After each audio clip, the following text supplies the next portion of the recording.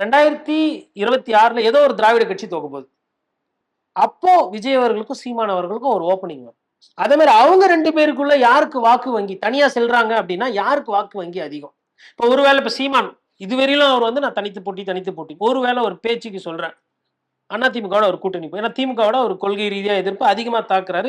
எடப்பாடி பழனிசாமி அவர்களை பற்றி அவர் விமர்சனம் வைப்பதில்லை.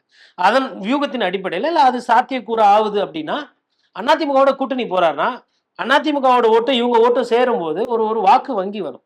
அந்த வாக்கு வங்கி அதிமுகவும் கிளைம் பண்ணலாம், நாம் தமிழர் கட்சியும் கிளைம் பண்ணலாம். அப்ப அந்த வாக்கு வங்கி ஆயிட்டு ஒருவேளை ஒரு 10 சட்டமன்ற உறுப்பினர்கள் சீமானு உட்பட சட்டமன்றத்துல போறாங்கன்னா அப்போ தாவேகாவை விட நாம் தமிழர் கட்சி பொலிட்டிக்கலா மேல போயிடும்.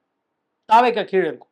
இல்ல தாவேகா ஒருவேளை முந்தி ஒரு கூட்டணி அமைக்குது, இல்ல அவங்களே ஒரு 3வது ஒரு கூட்டணியை உருவாக்குறாங்க தாவேகாவே அப்படின்னா அப்போ விஜய் அவர்களோட கட்சி வந்து நாம் தமிழர் கட்சியோட மேல போயிருக்கும்.